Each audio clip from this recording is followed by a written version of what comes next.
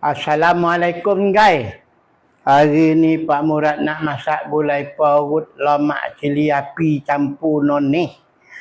Ni dah barang dia, kunyit sama cili api dia. Ya, Pak Murad masuklah ya.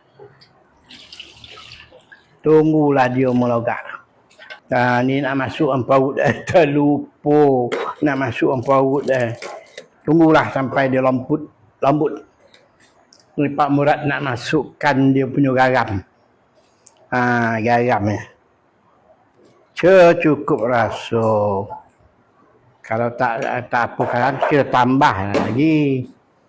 Ni Pak Haji ni motu. Pun sama jugalah. Cukup rasa. Ni pesodap dia. Perasa sodap dia. Pun cukup rasa. Jadi Pak Murad masukkan santan dia.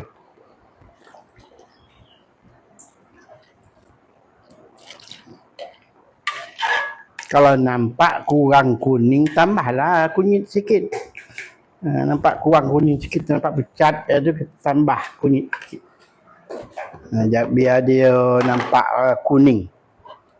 Tambahlah kunyit sabuk sikit. Cukup.